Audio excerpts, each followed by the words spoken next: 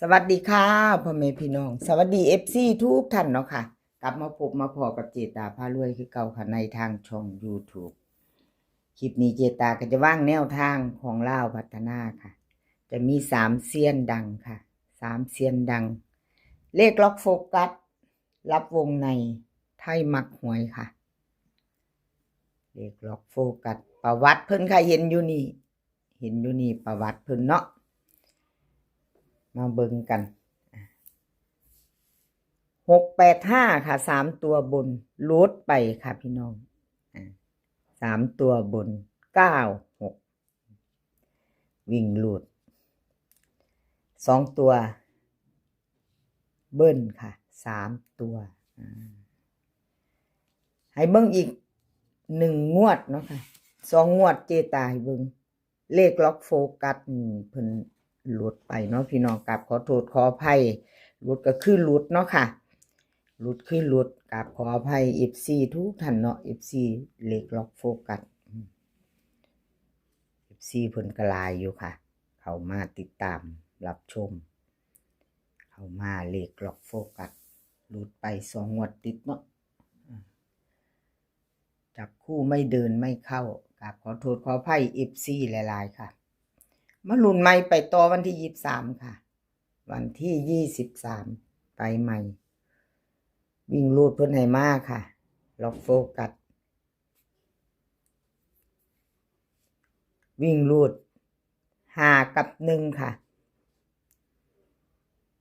5กับ1 2ตัว4หาง53 52 19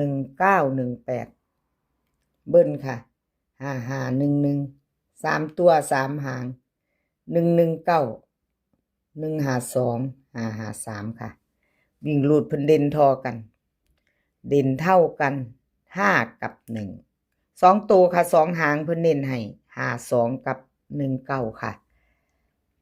3ตัวเน้นหางเดียวค่ะ3ตัวหางเดียวล็อกโฟกัส152ค่ะกับขอบบุญขอบคุณโฟกัสหลายๆค่ะที่ให้แนวทางมาว่างทางช่องของเจตาด้วยดีเสมอมาเนาะค่ะเพิ่นก็ให้มาตลอดเนาะสาวน้อยโฟกัสเพิ่นก็ให้มาตลอดอยู่ค่ะบ่ว่าจะเข้าจะหลุดขอบคุณเป็นอย่างสูง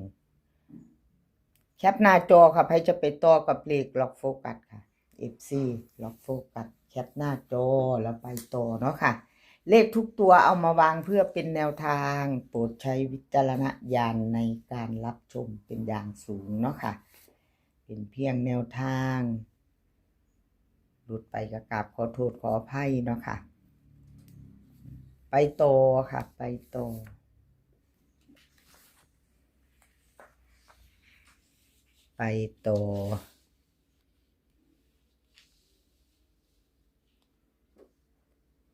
เลขลับวงในค่ะเลขลับวงในมาเบิ่งประวัติของเพิ่นค่ะพี่น้องวันที่21 685 3ตัวบน96ล่างค่ะวิ่งลูด2ตัวเบิ้ล3ตัวหลุดไปค่ะพี่น้องกราบขอโทษขออภัยหลุดไปเนาะไม่มาไม่เดินแต่วันที่19เพิ่นเข้ามาอยู่ค่ะเขาเบิ้ล77ล่างเนาะล่าง77เพิ่นเข้าอยู่ค่ะเลขลับวงในวันที่21รูดเนาะค่ะ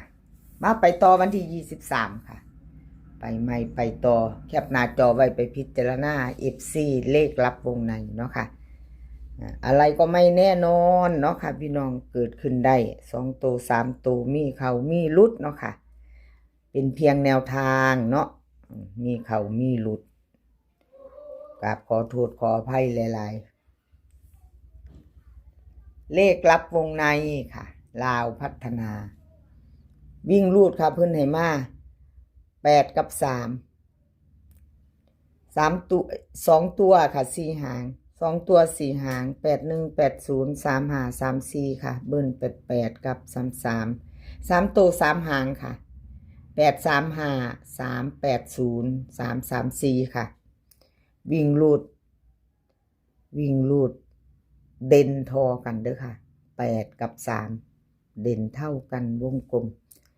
81ค่ะกับ35 2ตัวเน้น2หางค่ะเลขลับวงในเน้น2หาง3ตัวค่ะเพิ่นให้หางเดียวเน้นหางเดียว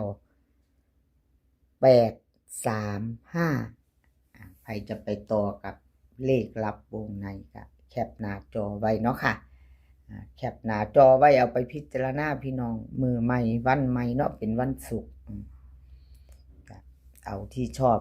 ก็จัดคัดก็ผ่านค่ะไม่ชอบก็ผ่านไปเนาะถ้าชอบก็แคปหน้าจอไว้ไปเบิ่งพิจารณาเอาไปเบิ่งบางเทีก็เอาไปเปรียบเทียบใส่กับเสี้ยนอื่นนำเนาะพี่น้องหลายๆเสี้ยนเนาะของหลายๆเสี้ยนเขาก็ไปแน่ใส่กันเบิ่งใส่กันเอาเป็นจังใดเอาที่เราชอบที่เฮามักเอาต่อไปค่ะแคปหน้าจอของเลขลับวงในแล้วไปต่อเนาะค่ะไปต่อเป็นของใครเป็นของไทยมักหวยค่ะไทยมักหวยวันที่21ที่ผ่านมาเนาะค่ะ21ที่ผ่านมาลาวพัฒนาออก685 3ตัวบนค่ะ96ล่างของเพิ่นเข้าไปวิ่งรูดตัวหนึ่งอยู่เนาะพี่น้อง2ตัวมา1ตัวค่ะมา9ตัวเดียววิ่งรูดเพิ่นยังบ่ทันหลุดเนาะ2ตัวหลุดไปเบิ้ล3ตัวกับขอโทษขออภัย FC เนาะค่ะขอโทษขออภัยแทนเพิ่นไทยมักหวยของเพิ่นจับคู่บ่เข้าเนาะพี่น้องวันที่19ก็เข้าไป8ตัวเดียวเนาะ2งวดติดวิ่งรูดเพิ่นเข้างวดละตัวเนาะพี่น้องก็ถือว่ายังบ่ทันหลุดยังมาอยู่2ตัวมา1ตัวก็ถือว่ายังไม่หลุดเนาะทางวิ่งรูดเนาะค่ะวิ่งรูดเพิ่นบ่หลุด2งวดเพิ่นมาอยู่งวดละตัวเนาะพี่น้องเฮามาตามใหม่วันที่23ค่ะวันศุกร์เป็นวันศุกร์ที่23มาไปต่อไทยมักหวยลาวพัฒนาวิ่งรูดค่ะไทยมักหวยเพิ่นได้มา5กับ1ค่ะ5กับ1 2ตัว4หาง51 50 16 17ค่ะเบิ้ล55กับ11 3ตัวค่ะ3ตัว3หาง517 150 116ค่ะวิ่งรูด5กับ1เด่นทอกันเด้อค่ะเด่นทอกัน2ตัวเน้น2หาง51กับ16ค่ะ51กับ16 3ตัวเน้นหางเดียวค่ะไทยมักหวย116สอบบ่พี่น้องวันศุกร์เจตาก็เคยเว้าอยู่เนาะว่าวันศุกร์มักออกเบิ่นเนาะพี่น้องเนาะ11งาม11เบิ่น55แล้วก็เบิ่น11เนาะวันศุกร์มักออกได้มีช่วงนี้ล่ะเนาะออกวันมือนั่นออกวันจันทร์บ่พี่น้องออก77เนาะออกวันจันทร์เบิ่นมื้ออื่นก็วันศุกร์ไม่มีอะไรแน่นอนเนาะค่ะพี่น้องสำหรับแนวทางเนาะแคปหน้าจอไว้ค่ะใครจะไปต่อกับไทยมักหวยเอาที่เฮามักเฮาชอบเนาะพี่น้องชอบก็จัดคัดก็ผ่านเนาะไทยมักหวยกับขอบคุณหลายๆค่ะที่ให้แนวทางมาว่างทางช่องของเจตาเนาะช่องน้อยๆกับขอบคุณหลายๆแล้วก็ขาดบ่ได้คือ FC ที่เข้ามาเนาะค่ะเข้ามากดติดตามขอบคุณหลายๆ FC ใหม่ที่เข้ามากดติดตามเนาะค่ะแล้วก็ FC เก่าค่ะที่เพิ่นเข้ามารับชมรับฟังในช่องน้อยๆของเจตาอยู่ตลอดเนาะบ่ว่าจะเขาจะหลุดเพิ่นก็เข้ามาเป็นกำลังใจเจตาอยู่ค่ะกราบขอบพระคุณเป็นอย่างสูงคลิปนี้ขอให้พี่น้องโชคดีค่ะขอให้โชคดีกับลาวพัฒนาวันที่23เป็นวันศุกร์20:30 นค่ะลาวพัฒนาออกให้โชคดีกันทุกคนแล้วก็ให้มีความสุขค่ะ